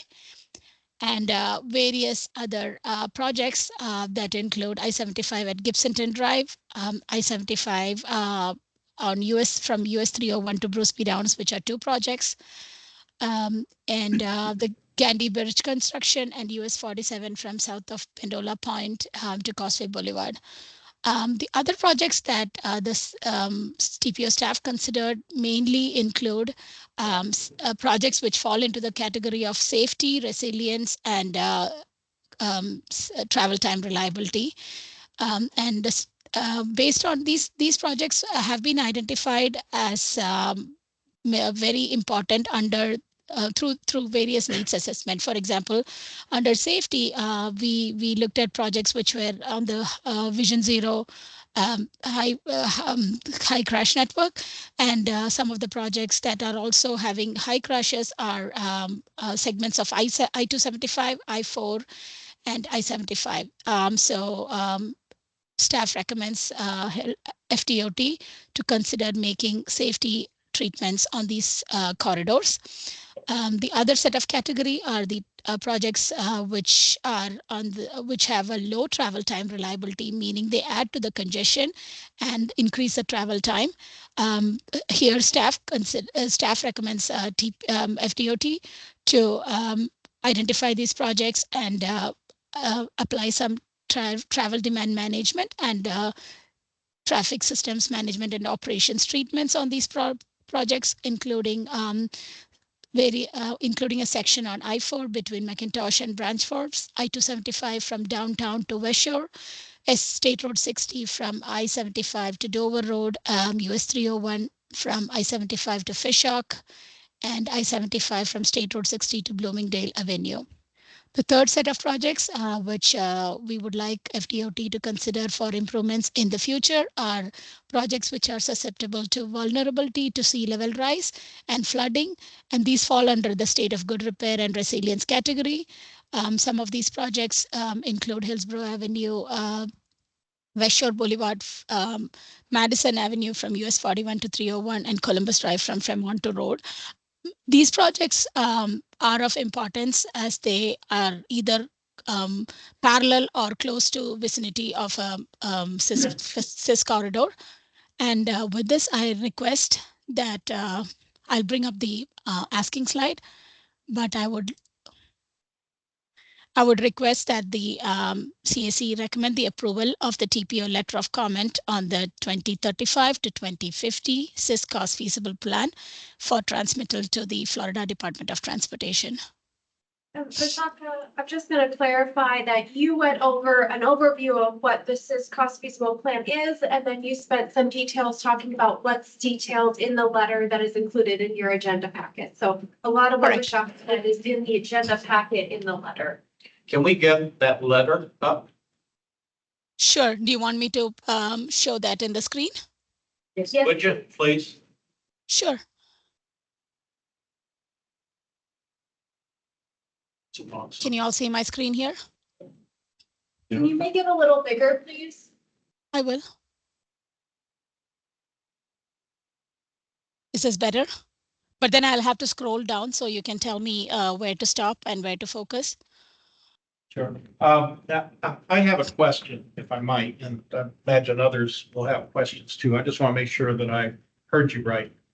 Somewhere in this letter, or at least in your presentation, you made a comment about I-275 north of Hillsborough to Beers, and in the same sentence, you mentioned BRT.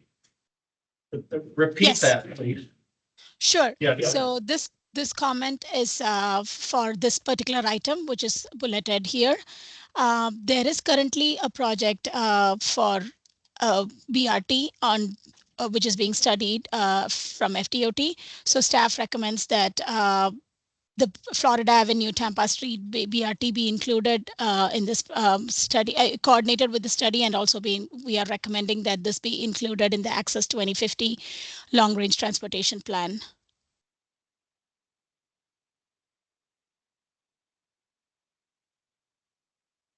Any questions in the room for Vishaka? I've got one, and maybe I'm not hearing or thinking correctly. One of the last sentences, the BRT project acceleration implements this important alternative to drive. Please note that this highway widening project. Am I reading that correctly?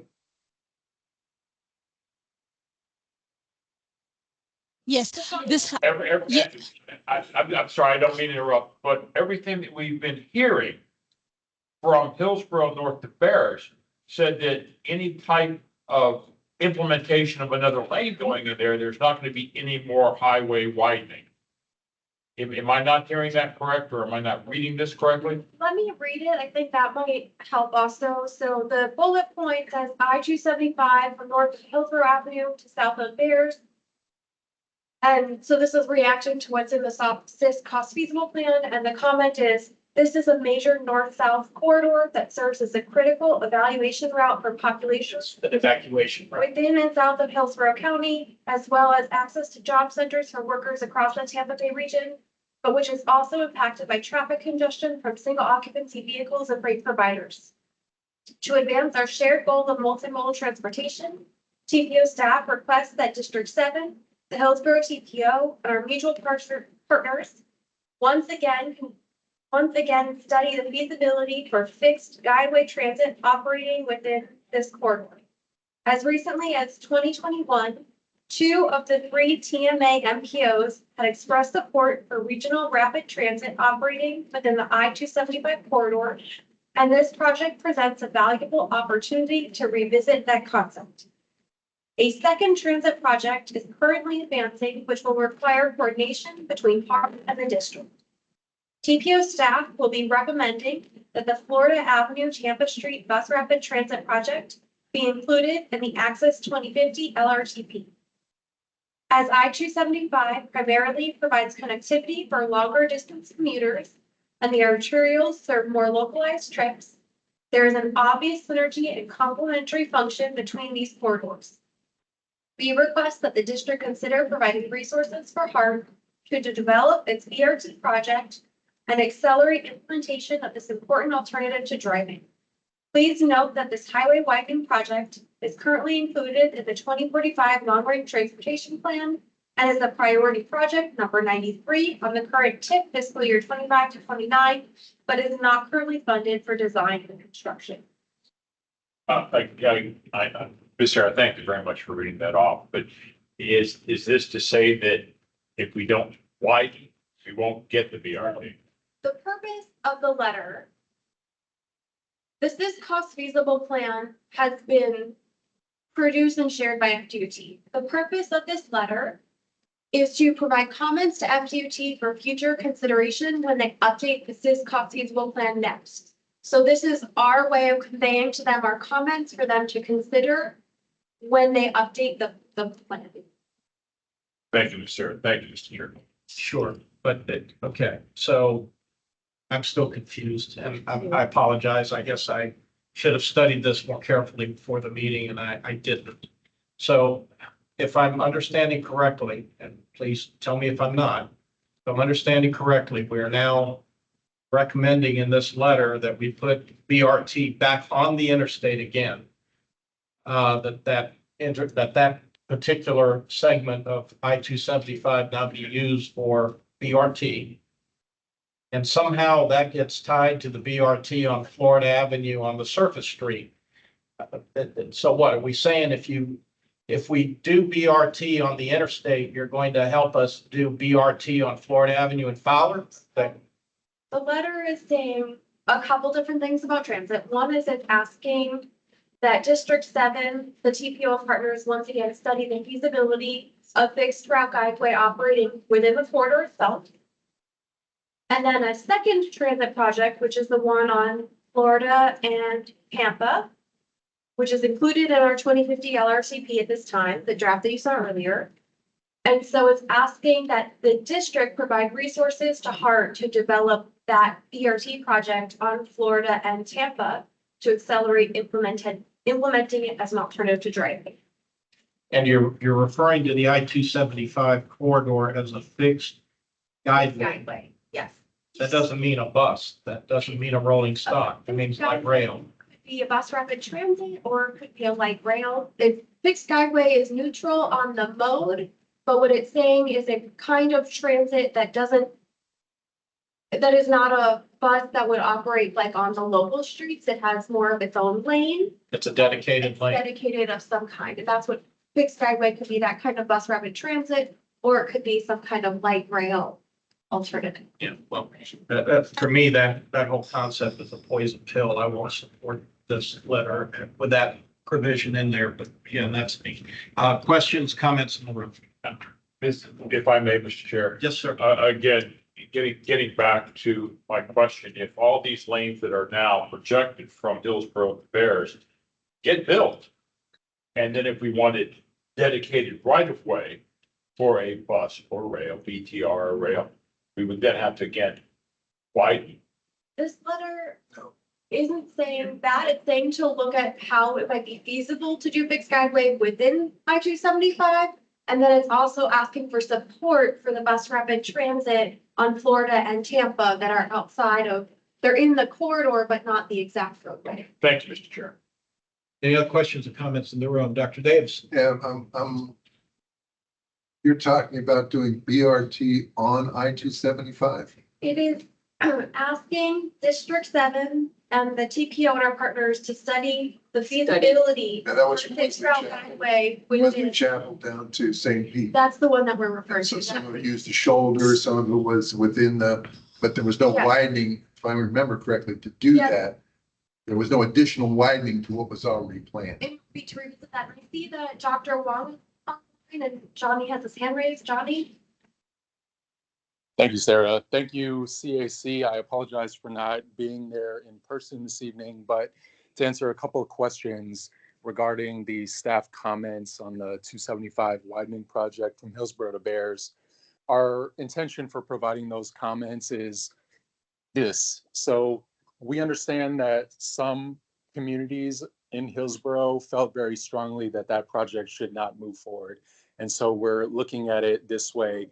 If the widening is destined to happen, what multimodal options can we provide in exchange or in addition to the widening? And naturally, transit is one of the options that we're asking DOT to consider, because we have, or we intend to recommend to the board that the Florida Ave Tampa Street BRT be part of the cost feasible plan. And another element of this proposed project that we should consider is reigniting the regional rapid transit conversation.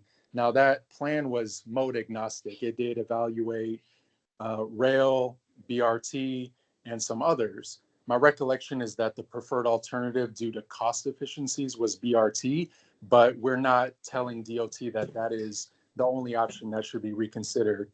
What we're saying is, if this widening is to happen, it's an opportunity to restudy that and kind of gauge the community's temperature to one of those modes.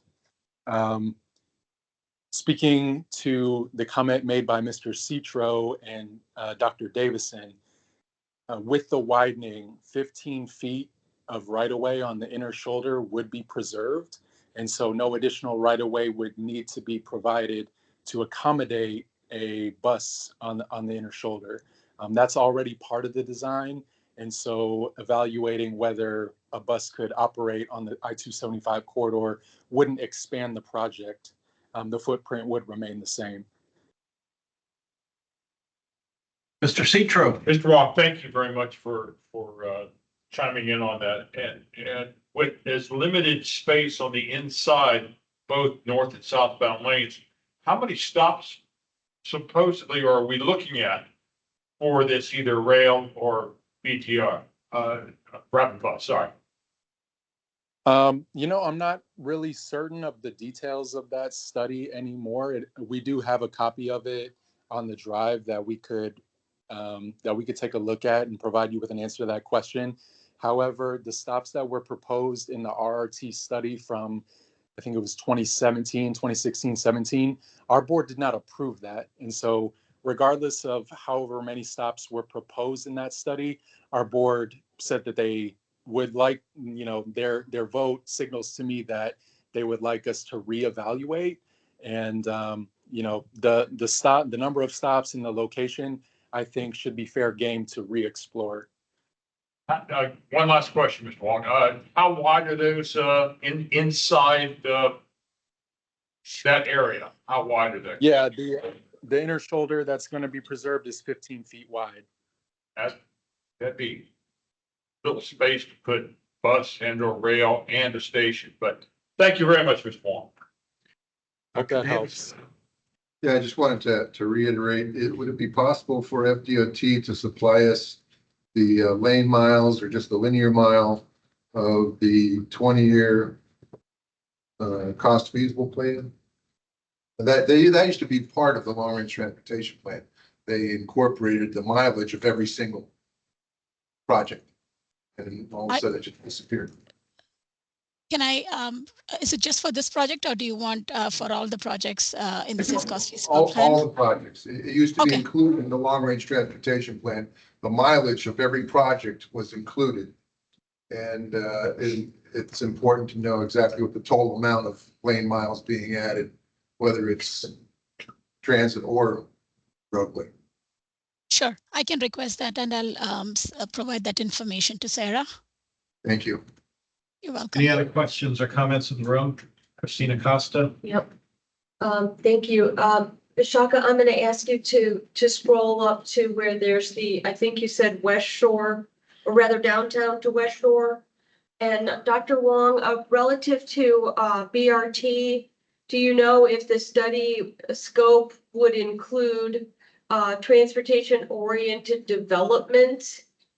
That's, I think, where we run into some difficulty with doing BRT on the highway. You can't build on the highway, so any land use studies that would be paired with the BRT studies? Yeah, Christine, I can only comment as to what I know. Vic Bide with the City of Tampa would definitely be a better person to field that question. However, I know that the RIA grant that's setting up the office to evaluate transit lines and unique or innovative finance techniques is intending to take on the downtown to West Shore study first. The specific corridors haven't been identified. I think we can say for sure which ones will be evaluated: 275 naturally, Kennedy Boulevard, maybe some others. But TOD, I think, should be a part of that study. But again, the better person to ask would be Vic with the city. And we can pass that question along to him and see if we can get a response for you.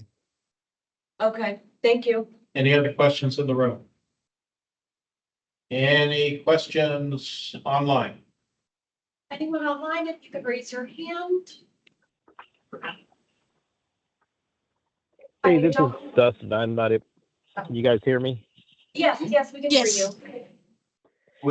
So looking at the I-75 at Gibsonton Drive portion there, so currently there's no funding for fixing that, because I know earlier in this evening's discussion, somebody brought that up regarding, I believe, I don't think it was the 5-year roll forward. I think it was the presentation before that. So you're saying that there's no, so the recommendation is that they include it so that way we get that improved in a much faster, rapid time frame than what's currently, I guess, unplanned for? Over. There is currently no construction funding for this. I did not catch your question correctly. If you can explain it once more, please. Well, I was just trying to confirm that. So there's no planning for construction or updating this, but the recommendation is that they include it so that we get it improved upon faster than what is already designated as, is what I'm just trying to get that confirmation if there is a no, this is to not recommend, or this is the recommendation. That's kind of what I'm reading. It is recommending that they coordinate this project along with another project that's already been planned for, but I'm just trying to understand what's the gist of that to get that. Go ahead. The Hillsborough County is having a project on at this near this interchange from Gibson Tram Drive from US 301 to Fernhill Drive. So that was the only recommendation, was to coordinate the study with the county. But we do not recommend whether this project be advanced faster or not. Okay, so this is just coordinating a study. Okay, copy that. Yes. All right, and for the record, who was that speaking just now? Johnson. It was Dustin That was Dustin Johnson. That was Dustin? Okay. Thank you, Dustin. Yes. Cliff, did you have your hand up? Just a clarification, because that section is antiquated with requiring drivers to cross active roadways, I was suggesting that if it can't be moved up, at least it be coordinated with the county for the improvement in that area, signalization, to avoid, drivers having to cross active roadways to make left turns. Yes, that will all be part of the coordination efforts. But when this project is separate, this is just the main interchange at I-75.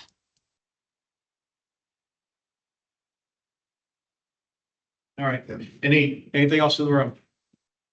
Anybody online? I have to say this. I'm scratching my head. The bus on the interstate plan, if I recall correctly, was birthed out of T-Barta. It got bandied about for a long time and then basically died for lack of interest. And now, for some reason, it's being reinvigorated as part of a discussion related to a BRT on surface streets, Fowler Avenue and Florida and Tampa Street, which I thought was pretty much embraced by the community. One embraced, the other not. And I'm not understanding or getting my head around how those two bedfellows get in the same rack together. I mean, it just seems there's no bad plan that can't be resurfaced again if you wait long enough in this city. So I don't get it. I don't understand whose idea it was to do this. I can't believe it came out of TPO staff. I just can't. But apparently it did. So that's it. I had to get that off my chest. Dr. Wilkins says hand Johnny, I'm sure he does. Rick, I'm not sure if you're seeking a response with that comment, but I'll offer one anyway. Please feel free to shut me down at any time or mute me. So the way that those two projects are connected is via the 275 widening, obviously. The reason why we're proposing that transit be explored either on the surface street with the Florida Tampa BRT and or on the interstate with the RRT is simply that the widening project provides an opportunity for both, potentially. My recollection of the discussions and the votes that the MPO, the then MPO board took regarding the RRT was they did not want to support that project because several of the members felt that it would require a widening. And at that time, the board was not supportive of that project. With the widening now moving forward, I think it's worth exploration to see if the board still feels the same way or whether they would be interested in at least exploring that project, right? So this widening would create that opportunity to revisit the concept. And secondly, with the widening, I think that this could provide an opportunity to justify the Florida Tampa BRT. If the widening pulls traffic off of the arterials, that project might look a lot more promising. And simply the coordination that we're requesting between HART and FDOT is for them to work on the modeling efforts and evaluate whether the widening would provide the necessary traffic relief that Florida Tampa would need to justify that project. I know that's getting a little bit into the weeds, and again, I'm sorry if you weren't really seeking a response, but I wanted to make that clear that there is a connection here. I'm always happy to hear from you, Johnny. I appreciate you, and there's nothing personal in my comment. Like I said, I'm just scratching my head. Anyway, are we done with Q&A and comments in the room? I have one more clarifying question, if I may. It's Christina Costa. The BRT study that is cited in this letter, I want to make sure I understand it is for both the interstate, the widened interstate from Hillsborough to Barris, and also the surface BRT. Is there more BRT in this letter that I haven't said? There's no more BRT in this letter. Okay, and I think also it may be worthy of mention, I think that Pinellas County has done BRT or at least express bus in some parts of 275 on their side. Yes, that's what I'm Okay. I'm also aware of that. Okay, so the big T-Barta regional BRT was kind of like all the way over to Pinellas, and it was the big thing. This seems different. So from my perspective, that's all. All right, can we get the ask slide back up again? Sure. This is the asking slide. The request from TPO Vishaka. staff is recommend the approval of the TPO letter of comment on the 2035 to 2050 SIS cost feasible plan for transmittal to FDOT. Is there an enabling motion? So moved. Dr. Davison moves. Is there a second? A second. Stephen Hollenkamp seconds. Is there any further discussion on this motion? Is there any further discussion on this motion from our virtual community? No. Okay, that being the case, without objection, I'd like, Gail, would you please call the roll? Rick Fernandez, No? Stephen Hollenkamp, Yes. Jim Davison, Yes. Joseph Citro. If I may state my reasons for my vote, Mr. Chair. There are so many other things on this project that really need to be done or proposed. I find fault with the Hillsborough to Bears 275. I really do. But that's something if I'm still on this committee, I can look at down the road. Like I say, there's other projects on here that really are noteworthy, so I am going to vote yes. Had this been separated out, I would have voted no on the Hillsborough to the Bears. Christina Costa, Yes.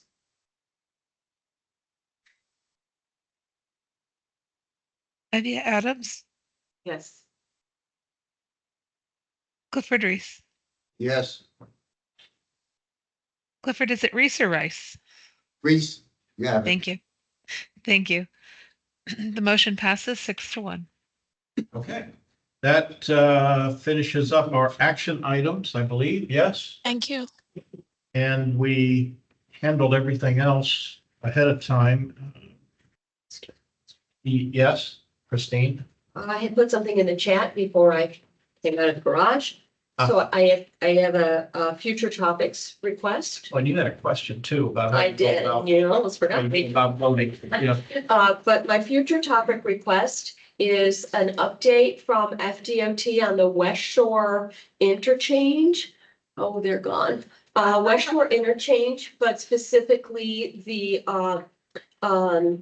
reconnection of the street grid that was promised along the way and therefore would enable connectivity from the neighborhoods to the South Beach Park, all the way to Cypress Point Park and so on, walking and biking. And that is starting to change in some images that I've seen from what I thought it was gonna be. So I'd like this group to request a review of what was planned and what's actually now being depicted. And then my other question was about procedure to grant approval to be virtual and a voting member. Well, I'll take a stab at that.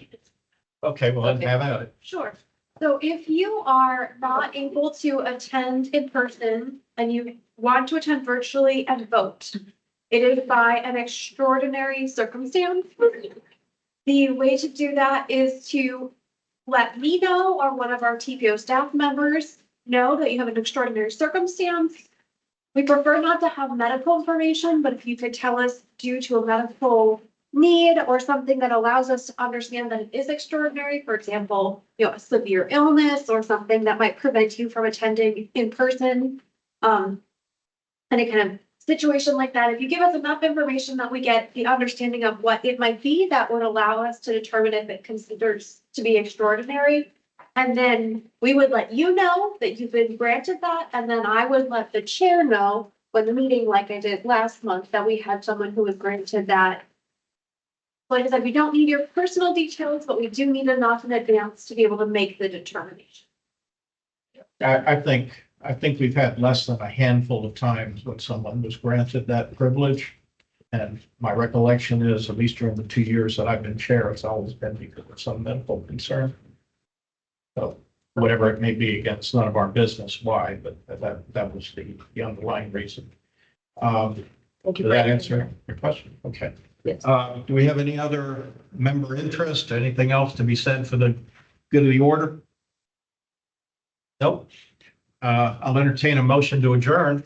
Move. Second. All right.